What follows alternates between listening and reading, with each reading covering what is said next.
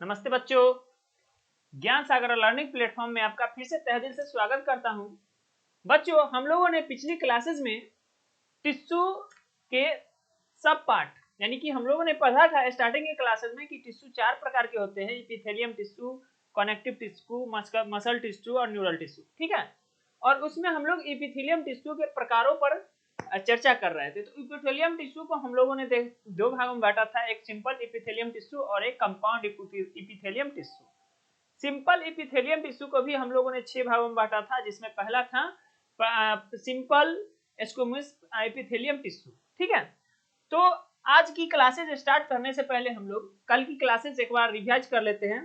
तो कल की क्लासेस में हम लोगों ने पढ़ा था कि जो सिंपल स्क्वैमस एपिथेलियम टिश्यू जो होते हैं वो फ्लैट होते हैं और उनमें जो न्यूक्लियस होता है वो सेल्स के सेंटर में, जैसे यहाँ पे आप फोटो देख सकते हैं, इसमें भी सेंटर में है ये एपिथेलियम टिश्यू, ये एपिथेलियम क्यूबोइडल एपिथेलियम टिश्यू है, इसमें भी सेंटर में न्यूक्लियस प्रेजेंट होते हैं, कोशिका के सेंटर में प्रेजेंट होते हैं। इसके बाद हम लोगों ने देखा था कि उसे पोहमेंट एपिथेलियम टिश्यू के नाम से भी जाना जाता है। ठीक है, एक और दो नाम से जाना जाता है, जिसे कि कल की क्लासेस में हम लोगों ने देखा था। उसके बाद हम लोगों ने देखा था उसको कुछ एग्जांपल्स, जैसे बोमेंस कैप्सूल हो गया, लोप हेनले लोप्स, उसके बाद हॉट। ठीक है, ये सब कुछ बहुत सारी हम लोगों ने कल की क्लासेस में एग्जांपल देखे थे। आज का हमारा टॉपिक है सिंपल एपिथेलियम टिश्यू का दूसरा बेटा यानी कि दूसरा भाग, simple cuboidal epithelium tissue.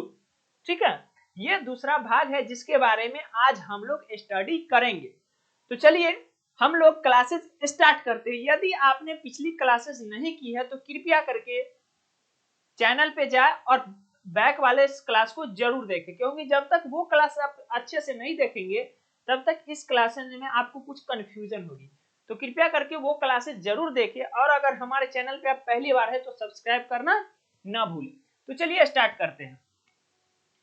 Simple cuboidal epithelium tissue, ठीक है, ये दूसरा बेटा। देखिए, इसके बारे में वर्णन करने से पहले यहाँ पे मैं इनकी फोटोज को दिखा देना चाहता हूँ। देखिए यहाँ पे आप देख सकते हैं। अब आपके मन में क्वेश्चन उठ रहा होगा कि भैया हम लोगों ने एपिथेलियम टिश्यू पढ़ा था, उसमें भी वैसा ही स्ट्रक्चर था, फिर से उसके बाद कल की जो देखे थे उसमें ऐसा नहीं था, उसमें अलग था। देखिए दोनों में, यहाँ भी देख रहे हैं वैसा ही कुछ चेंजिंग है। देखिए दोनों में अंतर है। यहाँ पे देखेंगे तो आपको ये क्यूब लाइक सेल्स दिखाई देगा। ठीक है, क्यूब लाइक सेल्स दिखाई देगा, और इसके नीचे बेसमेंट मेम्ब्रेन है, नीचे है कनेक्टिव टिश्यू। मैंने याद कीजिए मैंने बताया था कि एपिथेलियम टिश्यू होता ही ऐसा टिश्यू जो दूसरे पर रहता है स्थित। ठीक है, तो ये कनेक्टिव टिश्यू के ऊपर होता है, और कनेक्टिव टिश्यू और एपिथेलियम को टिश्यू को जोड़ने का कौन काम करता है? Basement membrane. ठीक है, तो पहला पॉइंट इसमें क्या है कि सिंपल क्यूबोइडल एपिथेलियम टिश्यू में जो सेल्स होते हैं वो क्यूब लाइक होते हैं, इसीलिए इसका नाम क्यूबोइडल पड़ता है। ठीक है, क्यूब के आकार का होता है। ठीक है, तो यहाँ पे साफ साफ आपको दिखाई दे रहा होगा सिंपल क्यूबोइडल एपिथेलियम टिश्यू का फिगर, जो कि same to same epithelium tissue के बराबर है, लेकिन अंतर क्या है कि इसमें सेल्स जो है वो क्यूब के आकार के। ठीक है, चलिए अब इसके बारे में डिस्कशन करते हैं। सबसे पहला क्यूब लाइक सेल्स, यानी कि सिंपल क्यूबोइडल एपिथेलियम में जो सेल्स होते हैं, जो कोशिकाएं होते हैं, वो क्यूब के आकार के होते हैं, घन के आकार के होते हैं। बस थोड़ा सा डिफरेंस होता है। हम लोग मैथ में पढ़े थे कि घन में, क्यूब में लेंथ, ब्रीथ और हाइट तीनों इक्वल होते हैं, बट इसमें ऐसा नहीं होता है। इसमें लेंथ जो है ब्रीथ से थोड़ा ज्यादा होता है। ठीक है, तो लेंथ की जो लंबाई होगी वो ब्रीथ के लंबाई से, यानी कि लंबाई की जो माप होगी वो चौड़ाई की माप से ज्यादा होगी।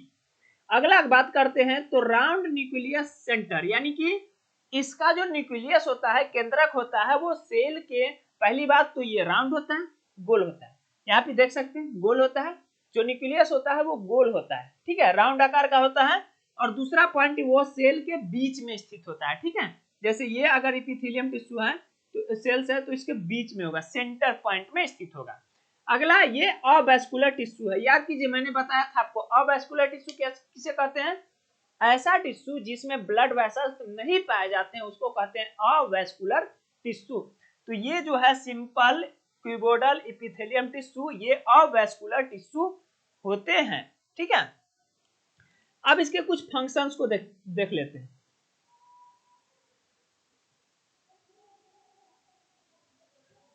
देखिए, एब्जॉर्प्शन, सेक्रेशन एंड एक्सक्रीशन, ये इसमें ये हेल्प करते हैं। ठीक है, ये इनका फंक्शन है, एब्जॉर्प्शन, सेक्रेशन एंड एक्सक्रीशन, इसमें ये मदद करते हैं। अगर इस एग्जांपल की बात करें, एग्जांपल होगा vesicle of thyroid gland, pancreas acini, secretary unit of sweet gland. ठीक है, हमारे जीभ पर जो स्वीट ग्लैंड होता है उसमें पाया जाता है। आइरिस में, आंख के आइरिस में पाया जाता है। क्रोइड लेयर, सिलियरली बॉडी, डीसीटी जिसका फुल फॉर्म होता है डिस्टल कॉन्वोल्यूटेड टिब्यूल, इसमें ये पाया जाता है। ये सब कुछ एग्जांपल है जिसमें कि simple cuboidal epithelium tissue present होते हैं। ठीक है, अब हम modification of simple cuboidal epithelium tissue, इसके मॉडिफिकेशन को समझ लेते हैं।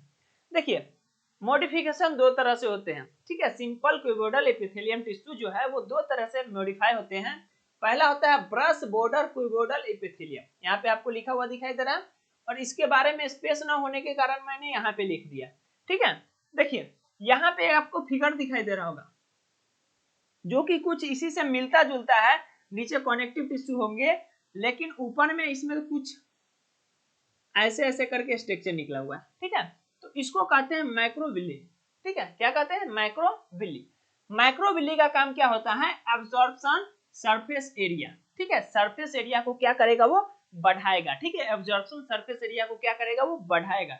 इसका एग्जांपल है पीसीटी। ठीक है, और दूसरा है सिलिएटेड ट्यूबोइल एपिथेलियम, ये इसमें सिलिया प्रेजेंट होती है। ठीक है, और ये पाई जाती है स्मॉल ब्रोंकली में।